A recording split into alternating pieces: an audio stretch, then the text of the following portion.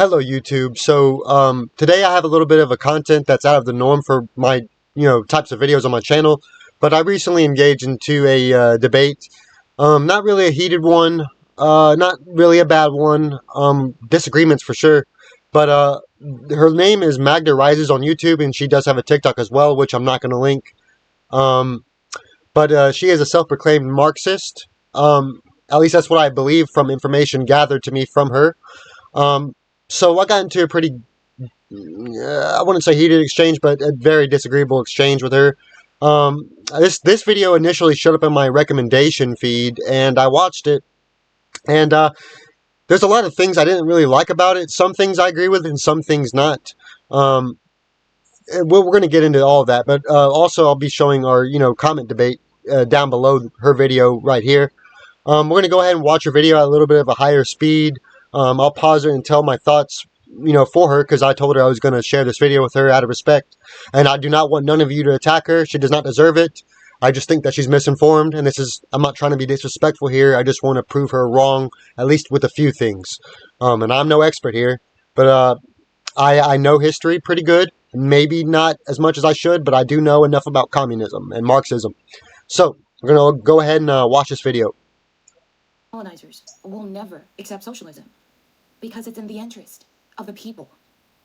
When the bullets stop and the flags lower, the one fear will always remain with the colonizers. And that's the fear of memory, the fear of many. Because colonizers realize that socialism is not a foreign dream, but a framework that's the interest of the common people. Socialism, in its textbook meaning, directly contradicts the framework of the colonizers because their power is built on extraction, on violence, on dehumanization, on hierarchy, on privilege. Okay, when it comes to dehumanization, if we see throughout history, Miss Magda, I'm gonna. Is it okay if I call you that? But Marxism is not something that is humanizing. Okay, I promise you that. Look, single-handedly, the Holodomor, which we have right here, is exactly. It's horrible. It killed millions of Ukrainians because of Stalin's collectivization plan. A huge massacre. And this was perpetrated by Joseph Stalin. I will link this right here below. But as you can see, it killed millions of Ukrainians between 1932 and 1933. So humanization is not something I believe that the Marxists like to follow. And when I say Marxist, that's just a type of socialism. I don't mean all socialism. And we're going to continue playing our video. That framework cannot tolerate the thought of equality. So they frame socialism as chaos, as a threat, as tyranny. They paint it as... Only uneducated people say that all socialism is bad. I will agree with her that, socialism does proceed by, mentioning equality between the working class and the proletariat. So if we read, I've read the Communist Manifesto, at least a lot of it, and it's a battle between the bourgeois, the workers, the laborers, versus the proletariat, the top 1% is what she will mention in the comments. But not all socialism is bad. Let me make this pretty clear, Magda, that I'm not disagreeing that all forms of socialism, some couldn't work. I mean, as we can see through this right here, this is a list of every single democratic socialist country. We have, Brazil, we have Bolivia, we have Uruguay, we have South Africa, we have Tanzania, we have Spain, we have Germany, we have Slovakia, we have United Kingdom, we have Norway. That's also a territory of Norway. Bangladesh, we have Australia, we have Sri Lanka. So I'm not refuting your claim. I'm not saying socialism couldn't work in its whole. I just feel like what you're saying is that your brand of socialism wants to be Marxism, and I only know that from information you told me, Magda. And I can see it through your YouTube. So you see your description here. It says Marxism and communism. No true socialist country has ever reached communism. They've tried, but in the process, we have the Holodomor that happened, killed millions of Ukrainians. We have the Great Leap Forward, which was another collectivization from Mao Zedong, and after the Chinese Civil War, the collapse of 1947 or 48, where he took power, the communists. He single-handedly persecuted the people. China, with the population at the time being 500 million, A lot of them died, millions, and that's a lot. Deaths 35 to 55 million. So these two types of socialism, Marxism and we have Maoism, these two types of socialism are never going to work. And no person that is educated should think that it would work. And I'm not saying you're stupid. I don't think you're stupid. I just think you're using biased information. But let's continue the video. As the enemy of freedom. But whose freedom? Certainly not the freedom of the common people. Socialism, at its core, says that the many have rights, have interest in the structures of power. The common people have the power. It questions private ownership of common goods, of public goods. It reclaims land, it reclaims labor. And for the colonizers, for the empire, this is a threat. This is a direct threat to the exploitative nature that they survive on. The global corporate chain. The message of socialism cuts right through it. Because when common people organize around their own interest, you don't need the colonizers' madness. You don't need the colonizers' machine. You're mentioning colonizer, but what do you mean by that? Are you talking about Europeans in Africa? Are you talking about what the Americans did to the first natives here in America? Like, what exactly are you talking about colonizers? You're giving the name, but you're not giving me information about what your personal beliefs are. So I have no idea what to go off of. And you're also saying that socialism is good, right? You're saying that it seems your type of socialism is good, but in the video you fail to mention what type of socialism you want people to follow. Marxism is clearly not it. But we're going to go ahead and we get the gist of the video here. I disagree with her about a lot. I do not think Marxism is what people should practice. It's already been practiced in the 1920s after Vladimir Lenin took power after the First World War of 1914 and 1918. We see that when Lenin came into power, he single-handedly murdered Tsar Nicholas II and his family, his children, just to take power for himself. And eventually when Lenin died, Stalin took power. Then we had Stalinism. Still followed the principle of Marxism. We're going to go ahead and get into the comment section here. So I said to her, no idea why this is in my recommended. You didn't even mention what type of socialism in the video, as we can see. So you're basically saying that any kind of socialism would be good then?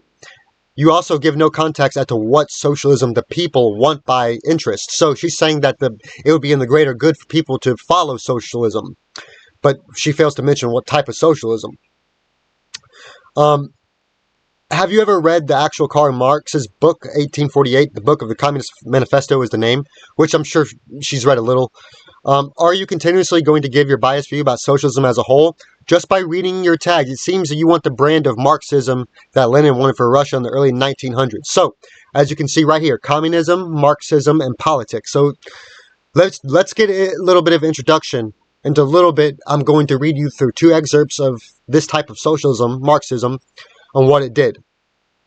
Now, the Holodomor, also known as the Ukrainian famine, was a massive man-made famine in the Soviet Ukraine from 1932 to 1933 that killed millions of Ukrainians.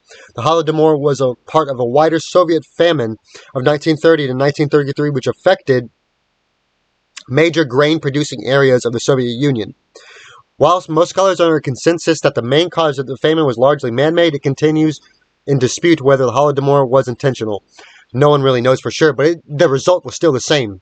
3.5 to 5 million Ukrainians died as a result of Marxist policies followed by Joseph Stalin and a collectivization process. As we can see here, a middle position is that the initial cause of the famine was an unintentional byproduct of the process of collectivization, but once it sets in, starvation was selectively weaponized and the famine was instrumentalized and amplified against Ukrainians as a means to punish them for resisting Soviet policies and to suppress their nationalist sentiments.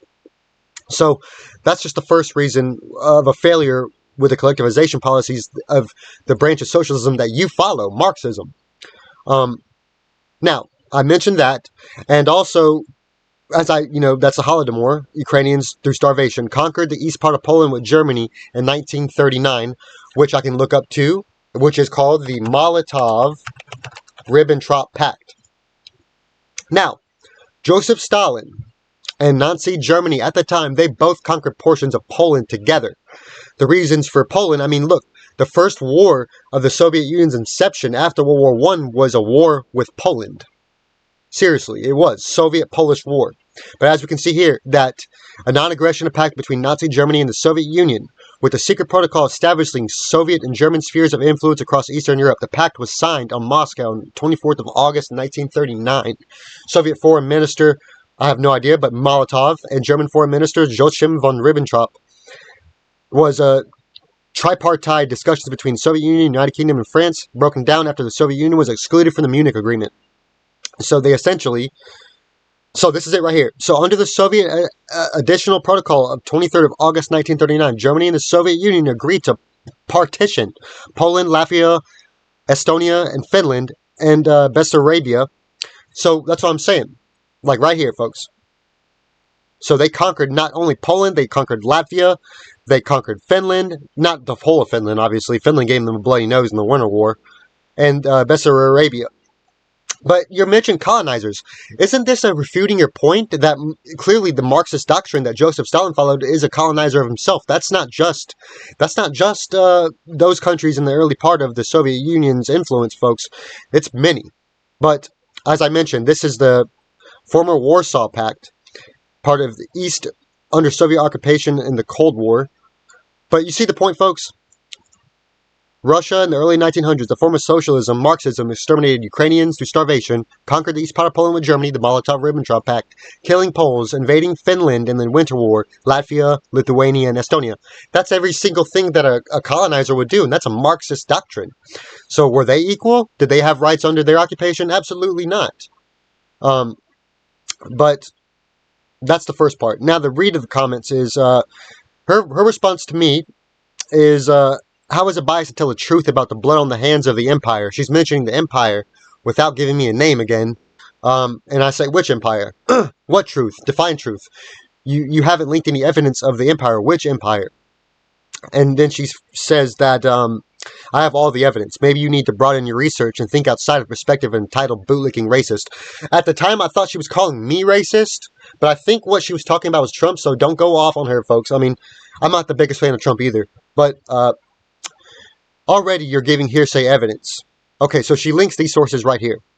So she links cultural hegemony, Marxist concept on how the ruling class ideology reproduces itself. Colonialism, migration, pandemic, the immutable dynamics on colonization, structure, and resistance. White proletariat. So it's not about race. It's about race in the beginning of her comment, but already you're giving hearsay evidence because I'm right. You're telling me I'm racist now? I didn't understand at the time. My fault. But anyone can see her bias clearly. While I'll make no excuse for colonization, which I do not, because it's true that Europeans, they French invaded Algeria and Africa. Italy invaded Egypt. They invaded parts of Africa in World War II. There's more evidence. Central African Republic with the French being there. There's a bunch of examples, really. So I'm not excusing colonization. I agree to an extent. But the fact is she failed to mention them in the video.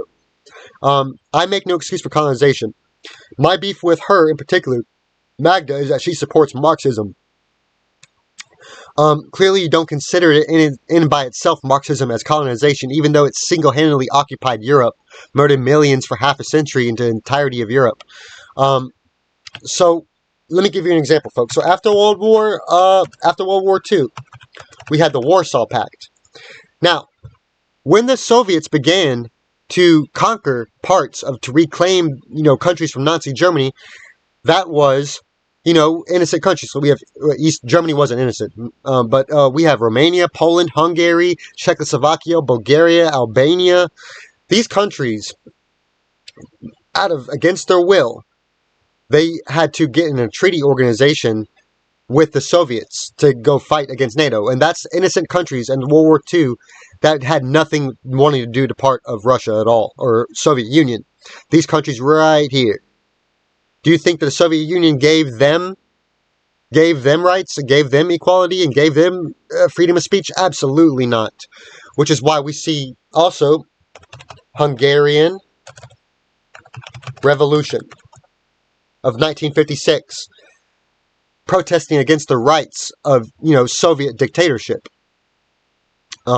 As you can see, you can just pause to read or do whatever you want to do. I have proof right here. This is a fact. This really happened. This is historical, empirical evidence that I'm bringing up into the table here. But as you can see, The policies caused by the government's subordination to the Soviet Union, USSR. The uprising lasted 15 days before being crushed by Soviet tanks and troops. A sovereign country being invaded within by the Soviets again. But and then she links, Karl Marx again, which I've read a lot of the Communist Manifesto, folks, but I think this is irrelevant evidence right now. This doesn't really prove her point. It's just proving her political ideology. What she believes in is Marxism.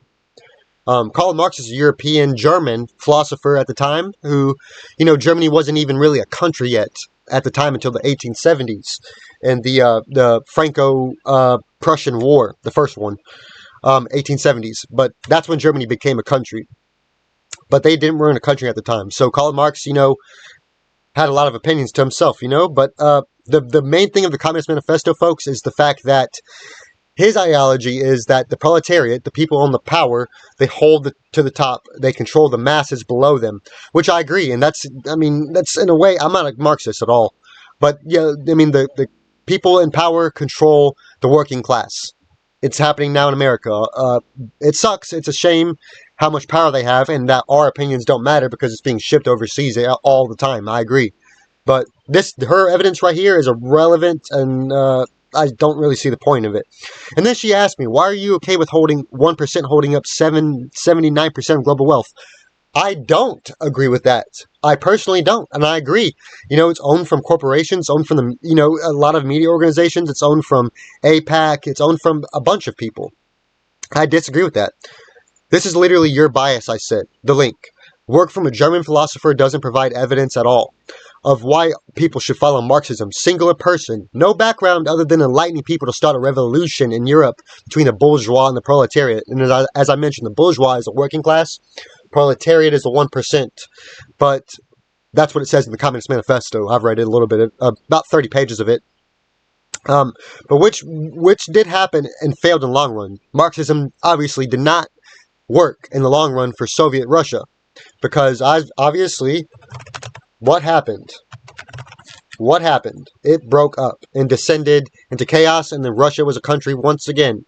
And this country, followed by Marxism, folks, and people that are older might be watching my videos, they remember, they grew up with this stuff. They grew up with the Soviets still being a thing. This lasted since the 20s until the 1990s. They had to live with having no free speech, no rights, no freedom of press. If they spoke out, they'd be sent to a gulag or even shot and killed. Marxism is a failed socialistic policy. It's essentially corrupt. Now, you talk about surveillance and videos against people's will, but, well, guess what? China is literally doing that through stoplights, traffic, social credit system, and even drone surveillance, and also murdering Uyghurs. That hopefully didn't sound bad.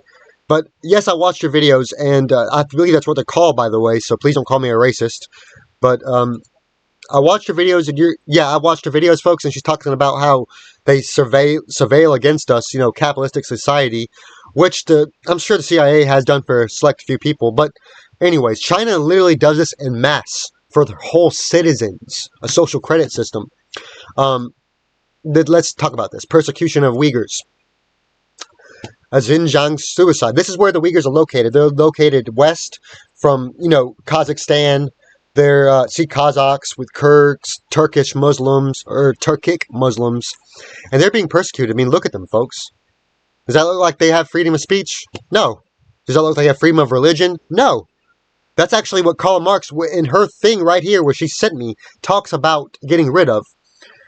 Man makes religion. Religion does not make man. Religion is indeed the self-consciousness and self-esteem of a man who has not either yet won through himself or has already lost himself again. That's one of Karl Marx's first steps to inciting revolution, is to get rid of religion, which the Soviets did and succeeded in. They had no religious freedom. They removed buildings. They removed all Christian Orthodox buildings in the Soviet Empire. But the Uyghurs are also persecuted. And do you think they have... 16,000 mosques have been razed or damaged. They're unable to attend Chinese schools. They're, being single-handedly, basically, as a genocide. and she supports socialism to an extent. And she mentions, colonization. Well, that's what's happening here. It's exactly what's happening right here. It's a genocide and colonization. Um, but yeah, that is true. Surveillance China does on in mass with the whole population. But who said and I also responded to her comment about the 1% holding 79% of global wealth. I said, who said I was okay with the wealthy always remaining wealthy? I don't recall anything of me saying that. See, you're automatically assuming what my views are instead of actually understanding where I'm coming from. I don't actually believe that. And I'm against it because they are indeed exploiting people, which they are. I mean, let's face it, folks, the rich control America. Social democracy and democratic socialism would be socialism that has been practiced and actually works in some countries. You support Marxism, which means no free speech, no freedom of press, no freedom of personal property. Might I add more? That's just the gist of it, folks. You're against Marxism, she says, because it hurts some white people. I'm against crony capitalism because it hurts everyone. She's making it about race once more. It's not about race. Marxism hurts everyone. This is Maoism, sorry. But also, I had it bookmarked. But we know about it, folks, the Holodomor. So you support Marxism, and then you're saying it didn't work for some white people. That's kind of racist. But yeah. But let's just make this clear again. She did say this, folks. She said this.